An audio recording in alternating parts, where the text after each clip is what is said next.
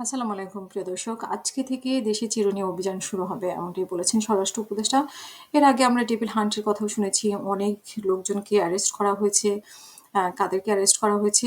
হয়তোবা আওয়ামী লীগের লোকজনকেই দোসর বা আওয়ামী লীগের নেতাকর্মীদেরকে অ্যারেস্ট করা হয়েছে। এটাই আমরা ধরে নিয়েছি। কিন্তু সেই টেবিল হান্ট কবে বন্ধ হয়েছে নাকি এখনো চালু আছে সেটা নিয়ে আমার স্পষ্ট আমি পত্রিকায় দেখিনি কবে বন্ধ হয়েছে। এবং আমার যতটুকু মনে হয় এটা এখনো চালু আছে। তো সেটা চালু থাকা অবস্থায় এখন চিরুনি অভিযান শুরু হচ্ছে। চিরুনি অভিযানের মাধ্যমে যারা চুরি, ডাকাতি বিভিন্ন ধরনের অপরাধের সাথে যুক্ত, সেই সাথে মব সহিংসতার কথা উনি বলেছেন। মবকে উনি সহিংসতা বলছেন কিন্তু প্রেস সচিব তো বলছেন অন্য কথা। উনি তো বলছেন যে এটা হচ্ছে প্রেশার গ্রুপ এবং প্রেশার গ্রুপ সরকারের থাকতে হয়। প্রেশার গ্রুপ থাকলে সুবিধা কি? সরকার জনগণকে ভয় দেখাতে চায়? নাকি সরকার ভয়ের সংস্কৃতি চালু করতে চায়? এক ধরনের আইনশৃঙ্খলা বাহিনী ঠিকমতো কাজ করছে না। আ সেজন্য এক ধরনের ভয় সংস্কৃতি রক্ষা করে সরকার এই ভয় সংস্কৃতির মাধ্যমে টিকে থাকতে চায়? এই প্রশ্নগুলো স্বাভাবিকভাবেই আসে। আমরা যদি উপদেষ্টা রেজানার গতকালকের আ বক্তব্যটা শুনি, উনি বলছেন যে, এখন যে ঘটনাগুলো ঘটছে সেটার সাথে সরকার এবং সরকারি দল কোনোভাবেই সম্পৃক্ত না।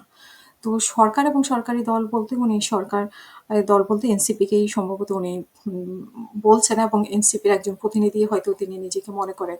তাহলে আগের মানে ঘটনাগুলোর সাথে আ সরকার এবং সরকারি দলের সম্পৃক্ততা ছিল। এরকমটাই নিচু আমরা স্পষ্ট উনার বক্তব্যে খুঁজে পাই। এখন কথা হচ্ছে যে ৯ জুলাই আ যে ঘটনাটা ঘটলো, নৃশংস ঘটনা আমরা দেখলাম। সেই ৯ জুলাইয়ের পরে ওর পরিবারের কাছ থেকে যেটা জানা গেল ৯ জুলাই ঠিকমতো মামলাটা হয়নি। ২০ জুলাই মামলাটা নেওয়া হয়েছে। অনেক সাংবাদিকের সাথে যোগাযোগ করেও সেই রিপোর্টটা করতে পারেনি, এরকমটা বলেছে। কিন্তু ১১ই জুলাই যখন ভিডিওটি সবার সামনে আসলো তখন আসলে টনক নড়েছে।